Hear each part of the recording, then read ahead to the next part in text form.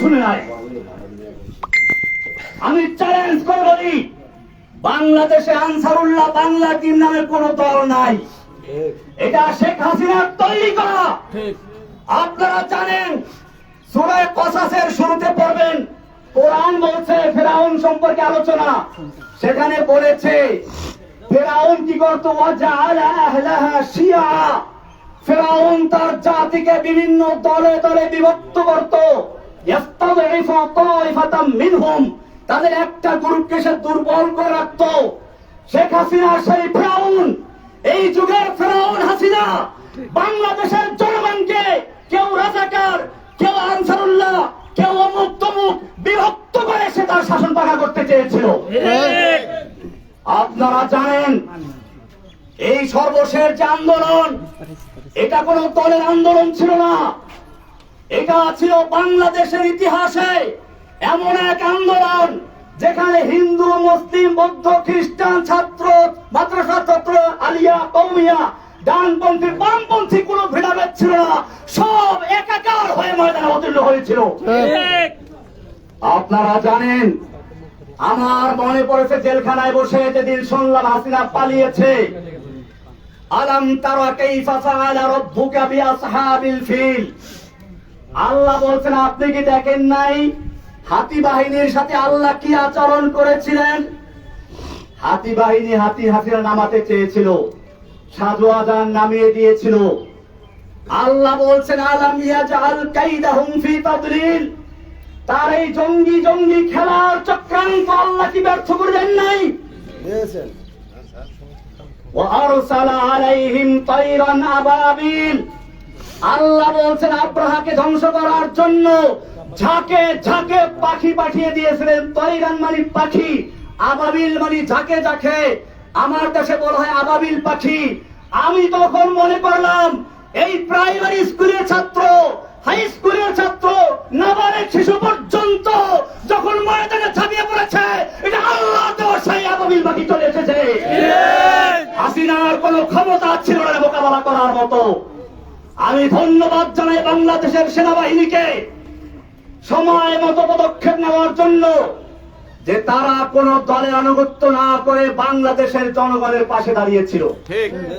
আমি বাংলাদেশের পুলিশ ভাইদেরকে বলবো, আপনাদেরকে জোর করে ব্যবহার করেছে আমরা জানি, আপনাদের দোষ না। আমি সেজন্য আজকের মাধ্যমে সারা বাংলাদেশের মুসলিম অমুসলিম সমস্ত মানুষকে বলতে চাই, আপনারা কোনো ফাঁদে পা দিবেন না।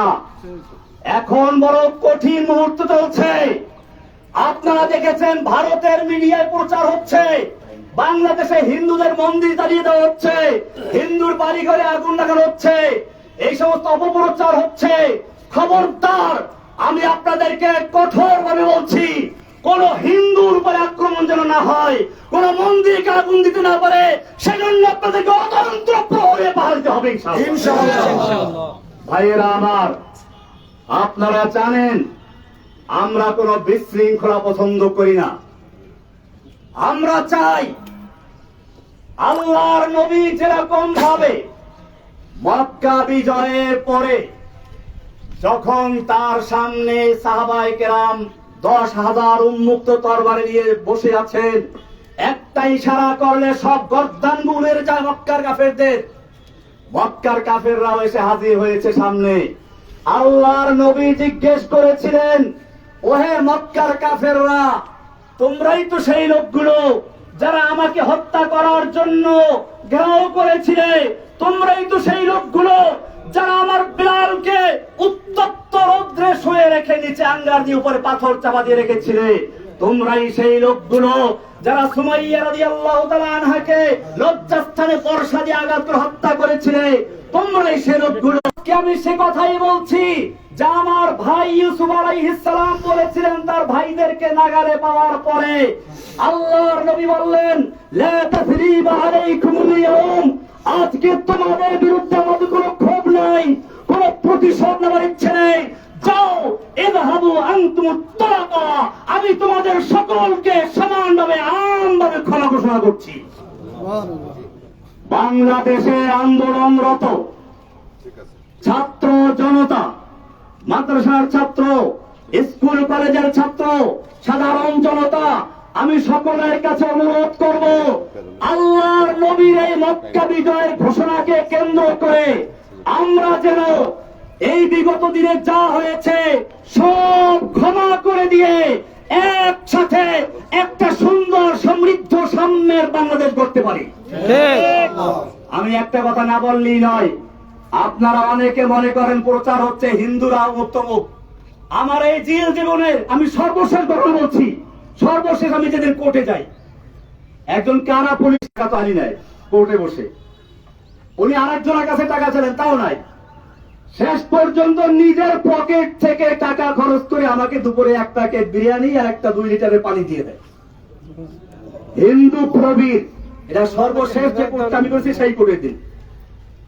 আপনাদেরকে আরো বলি, আমি যে জেলখানায় রয়েছি সেখানে চক্রান্ত হয়েছিল বড় ধরনের দাঙ্গা করানোর জন্য।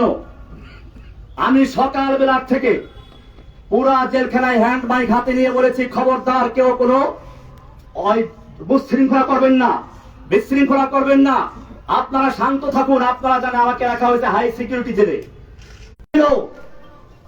আমি হ্যান্ড মাইক দিয়ে সকালবেলা ঘুরে ঘুরে প্রত্যেকটা বিল্ডিং এর সামনে গিয়ে বলেছি, কেউ শৃঙ্খলা করবেন না, আমি আপনাদের জন্য মুক্ত হলে পরে আপনাদের জন্য মুক্তির ব্যবস্থা করবো ইনশাআল্লাহ। সবাই আমার কথা মেনে নিয়েছিল, কিন্তু কে বা কারা উস্কানি দিয়ে কিছু কয়েদিদেরকে লেলিয়ে দিয়েছে এখানে আক্রমণ করার জন্য, বিশেষ করে আমি যে বিল্ডিং গেছিলাম সেখানে আক্রমণ করার জন্য। কারণ কি? কারণ ছিল এই আন্দোলনটাকে একটা জঙ্গি রূপে আকৃতি দেওয়ার জন্য। আমি গোয়েন্দা বিভাগের ভাইদেরকে বলবো, ঢাকার high security, Kashimpur high security জেলে পরিবেশ শান্ত হওয়ার পরে এই কয়েদিদেরকে লেলিয়ে দিয়েছিল কারা হাজুদের উপরে। যদি সেদিন আমি জীবনের ঝুঁকি নিয়ে বাধা না দিতাম তাহলে সেখানে কারবালার ময়দান হয়ে যেত। কারণ হাজুতেরা নামলে বড় ওই কয়েদিদেরকে খুঁজে পাওয়া যেত না। এই চক্রান্ত কারা করেছিল আপনাদের খুঁজে বের করতে হবে। এই চক্রান্ত শুধু জেলখানার ভিতরে না, আপনারা শুনুন, আমি যেই ব্লকে থাকি, অর্থাৎ ব্লক বলতে একসাথে 7টা রুম, যাতে করে তার কেউ ক্ষতি করতে না পারে। আমার বড় ভাই এখানে আছে, আমি ছোটবেলায় দেখেছি। আমার বড় ভাই আছে এখানে, এদিকে মাস্টার সাহেব দিকে আমি বলি বড় ভাই, হিন্দুদের বরিষ্ঠ বন্ধু। আমি দেখেছি ছোটবেলাতে আমাদের পাশের গ্রাম হলো হিন্দু। এই হিন্দুরা ওনার সাথে কি সম্পর্ক আছে, বিপদ আপদে পড়লে দৌড়ে আসা এই বলিবার কাছে। এইভাবে আমরা পারিবারিক ভাবে, আমি ইন্ডিয়াতে পড়াশোনা করেছি, দেওবন্দের আর উল্লেখযোগ্য ছাত্র আমি দেওবন্দে পড়াশোনা করেছি। ইন্ডিয়াতে হিন্দুদের বিভিন্ন বাগানে গিয়ে ফল খেতাম। হিন্দু দাদারা আমাকে বলতো, খালো খালো ভাই, যেতে চাই খালো, লেলা নেই, যত চাও খেয়ে নাও, নিতে পারবা না। এরকম আমি সেই সংস্কৃতির শিক্ষাপ্রাপ্ত লোক। আমাকে হাসিনা সরকার তার ব্যক্তিগত আক্রোশের কারণে সারা বাংলাদেশে নয় সারা বিশ্বে আমাকে জঙ্গি বলে চিহ্নিত করে একেবারে প্রচার করেছে।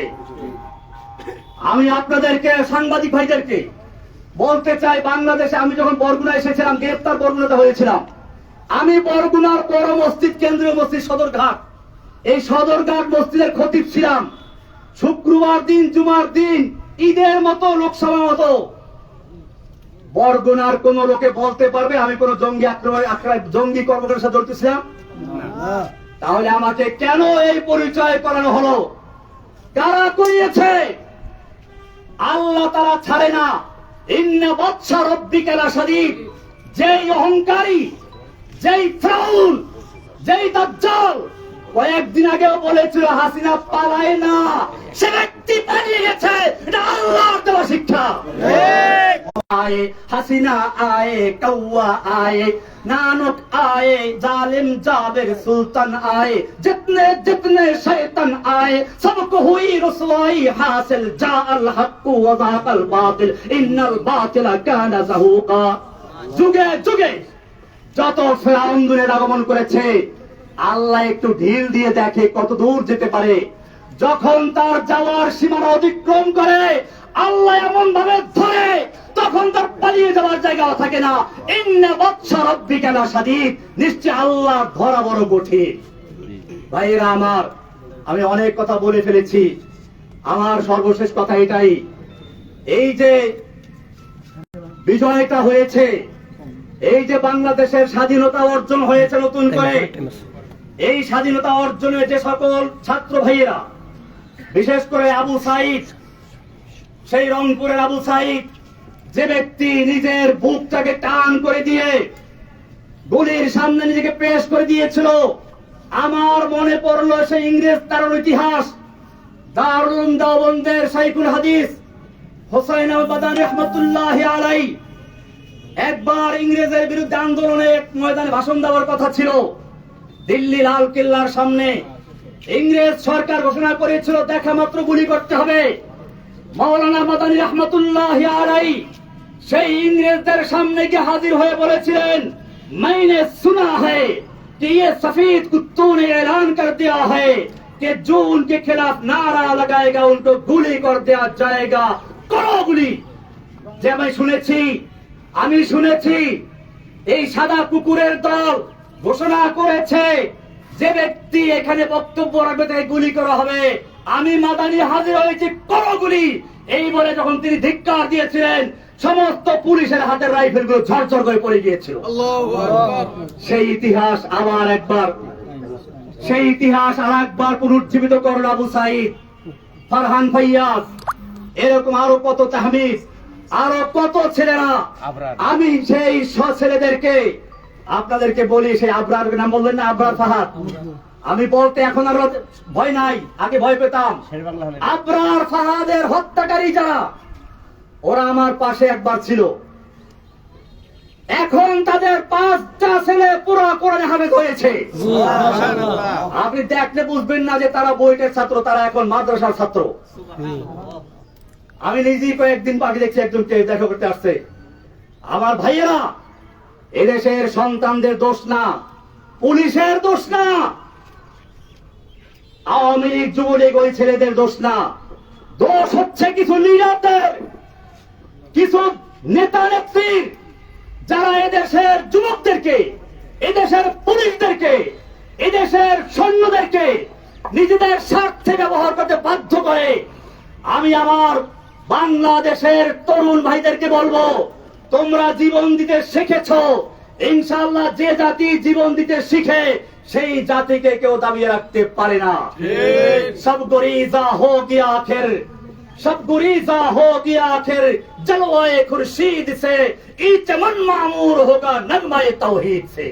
রাতের আধার কেটে যাবে পূর্ণিমার চাঁদের আলোকের ঝলকানিতে, এই জমিন আবার আবাদ হবে তাওহীদের আওয়াজে ইনশাআল্লাহ। ভাইয়েরা আমার, আমি আপনাদের কাছে দোয়া চাই, আল্লাহ যেন আমাকে এবং আমার সঙ্গে আরো যে ভাইয়েরা আছে সকল ভাইদের মুক্তি আল্লাহ তাআলা ত্বরান্বিত করেন, জোরে বলেন আমিন। আমরা জানাজা এসেছি আমার বড় বোনের মৃত্যু। আমার এই বড় বোন মূলত মায়ের মতোই, মায়ের আদর স্নেহ দিয়ে তিনি আমাদেরকে লালন পালন করেছেন। আমার এই বড় ভাইরা দুইজন আছেন, আপনারা জানেন এই দুই ভাই কৃষক, কিন্তু এই ভাই একজন আনন্দ করি খলিল ভাই করি, আর ইনি হলেন Abdul Jalil master, BSc BEd MA pass. আমার ছোট ভাইটা ছিল আবুল বাশার, সেমে পাস করা ছিল, কলেজে প্রফেসর ছিল। আমাদের এই সব ভাইগুলোকে ঈদের সময় আমরা একত্রে ছিলাম, আমাদের ভাই বোন আমরা সবাই অত্যন্ত আপন। আমাদের মধ্যে কোন রকমের কোন একটু মনোমালিন্য নাই। ঈদের সময় আমরা সবাই হাজির ছিলাম, আমাদের মেয়ে জামাইগুলো, আমাদের ভাইগুলো, ভাতিজাগুলো। আজকে কয়েকটা ভাতিজা এখন চিনতেও পারি না আমি, কারণ ওরা ছোট ছোট অবস্থা জেলে ঢুকেছিল। এই লোকগুলোকে জঙ্গি বানিয়ে দিল। এরপরে শুনলাম আরো কি হয়েছে, ওই যে পুলিশ বাবুল আক্তার, সে তার বউকে নিজে খুন করলো। সে বলল কি যে আমি জঙ্গি আঙ্গি করতাম, সেজন্য আমার উপরে জঙ্গির আক্রমণ করছে। এরপরে সারা বাংলাদেশে গ্রেফতার করলো। আবার সেই সময় আমার এই কৃষক দুই ভাইকে ক্ষেতের থেকে ধরে গ্রেফতার করলো। আমার এই ভাই জলিল মাস্টার বরগুনার একজন নাম করা হেডমাস্টার, আজকে কত 11 বছর পর্যন্ত মামলার কোন বিচার নাই। মামলার বিচার করবে কি? এই মামলা তো হাসিনার নির্দেশে হয়েছে, এই মামলার কোন এভিডেন্স নাই, সেজন্য মামলা জায়গায় রয়ে গেছে, আজ পর্যন্ত বিচার শুরুই হয় নাই। আমি আপনাদেরকে কথা বলে এই জন্য বললাম, আপনারা বরগুনার মানুষ, হয়তো আপনারাও মিডিয়ার কারণে, অপপ্রচারের কারণে বিশ্বাস করতে পারেন, মনে করতে পারেন কিনা দিন আছে। আসলে আমার এই ভাইগুলোকে আপনারা চিনেন। আমার ছোট ভাই ওই সময় বাড়ি ছিল না, সে বরিশাল কলেজে প্রফেসর ছিল। তাকে গুম করা হলো, 6 মাস পর্যন্ত নির্যাতন করা হলো। বলা হলো তুই খালি একটা কথা বল, জসিমউদ্দিন রহমানী আনসারুল্লাহ বাংলা টিমের প্রধান, তাহলে তোকে ছেড়ে দিব। আমার ছোট ভাই চরম নির্যাতনের শিকার হয়েছে। আমি যখন তাকে জেলে দিল, দেখলাম যে হাঁটতে পারে না একটা যুবক, তকবাগে যুবক, কি হাস্যোজ্জ্বল হাসি খুশি একটা ছেলে, কিন্তু সে হাঁটতে পারছে না। এবং কিছুদিন পরে সে আল্লাহর রাস্তায় মারা গেল, শহীদ হয়ে গেছে। ভাইরা আমার, কি অপরাধ ছিল সে আবুল বাশারের, কি অপরাধ ছিল জলিল মাস্টারের, কি অপরাধ ছিল কি শাহ আইয়ুব খলিলের, কি অপরাধ ছিল সেই ছোট ছোট বাচ্চা, তো ওই যে ছেলেগুলো সব জেলে ছিল। এখন আমার সামনে সব বড়গুলো বড় হয়ে গেছে, হাতি যারা আমি চিনিও না রেখে। এই যে এটা জেলে ছিল, এ সিএনবি মসজিদের ইমাম, এ একটা জেলে ছিল। এরকম মানে এখন বড় হয়ে গেছে, আপনি দেখছেন। তখন একটা ছোট ছোট বাচ্চা ছিল, এই বাচ্চাগুলোকে ধরে জেলে ঢুকিয়েছে। বিচার কি হবে না? হবে। আল্লাহর কি আদালত নাই? আল্লাহ তাআলা সব দেখেন, সব শুনেন। তিনি একটু ঢিল দিয়ে দেখেন, তোমাকে এই 1.5 যুগ পর্যন্ত ঢিল দিয়েছিল, এরপরে তোমাকে এমন ধরা ধরেছে, তোমার দরবেশ বাবা দাড়ি কামাইয়া মারতে পারে নাই। দেখেন নাই দরবেশ বাবারে? এই দরবেশ বাবা, দরবেশ বাবা ইসলামকে ভালোবাসে, কিন্তু আজকে সে বাঁচার জন্য দাড়ি কামাইয়া মারতে পারে না। আমি বলতে চাই, এখন থেকে সামনের দিকে আমরা যেন ঐক্যবদ্ধ ভাবে একটা সমৃদ্ধশালী, সাম্য, ভ্রাতৃত্বপূর্ণ একটি বাংলাদেশ গড়তে পারি, সেজন্য আমরা একতাবদ্ধ হয়ে চলবো ইনশাআল্লাহ। কোন রকম বিশৃঙ্খলা আমরা করব না। কোন হিন্দুদের মন্দিরে অথবা বাসাবাড়িকে আক্রমণ করতে না পারে সেদিকে আমরা খেয়াল রাখবো। আমার এই বার্তাগুলো আপনারা সারা বাংলাদেশে পৌঁছে দিন। আল্লাহ তাআলা যেন আমাদেরকে সকলকে একটা সুন্দর, সুখী, সমৃদ্ধশালী বাংলাদেশ গড়ার তৌফিক দান করেন, আমিন। আর কথা বলবেন? কে বলবেন? আমরা জানাজা নামাজ শুরু করে রাখুনি। জানাজা নামাজের নিয়ম হচ্ছে কাতার সোজা করে দাঁড়াবেন, নিয়ত করবেন। জানাজা মহিলার জানাজা, আমার বড় বোন ওনার মহিলার জানাজা। আবুল বাশার মাশাআল্লাহ। দেখেন আমার ছোট ভাই আবুল বাশার কথা বললাম, এদিকে আসো। একটা বাচ্চা অবস্থা দেখছিলাম, আমাকে বাসার সর্বশেষ বলেছিল যে আমার ছেলেটাকে আপনি দেখে রাখবেন, আলেম হতে পারে যেন, কিন্তু আমি তাকে আলেম বানাবো আমি নিজেই করতে পারি নাই। আল্লাহ তোমাকে কবুল করুন, আমিন। আল্লাহ তাআলা ওর জন্য দোয়া করবেন। আমার ছোট ভাই আবুল বাশার রহমাতুল্লাহি আলাইহি, তার অত্যন্ত আদরের সন্তান, সে আল্লাহর রাস্তায় জীবন দিয়েছে, সত্যি বদল থেকে যে তবু বাতিলের সামনে মাথা নত করে নাই। সে প্রমাণ করেছে সালাতের ইতিহাস, বাতিল সে দবনে ওয়ালে नहीं है आसमां हम 100 बार कर चुका है तो इंतहा हमारा।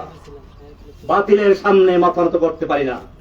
मर्द मोमिन बातिल से हरगिज खौफ खा सकता नहीं, सर झुका सकता नहीं, सर कटा सकता है, सर कटा सकता है लेकिन सर झुका सकता नहीं। ভাইয়েরা আমার, আমি কথা বলতে গেলে অনেক কথা নিছিলাম, অনেক কথা, আমি আর কথা বাড়াতে চাই না। জানাজার নামাজ শুরু করতেছি। 4 তাকবীরের সাথে ফরজে কিফায়ার নামাজ এই নামের পিছনে আদায় করছি। এই নিয়াতকে আল্লাহ আপনার নিয়াত করবেন। এরপরে সুবহানাক আল্লাহুম্মা বলে নামাজে যেটা হয় এটাই পড়বেন, আর এক তাকবীর হবে। মহিলারা একটু দূরে থাকেন, মহিলারা জানাজার অংশগ্রহণ দরকার নেই। এরপরে মহিলারা দোয়া অংশগ্রহণ, আমরা শেষে জানাজার পরে যদি দোয়া হয় না, কিন্তু আমরা অন্য এই সাথে যেহেতু চলে যেতে হবে, পরে আমরা একটু দোয়া করি, সূরাটা পরে যেতে হবে।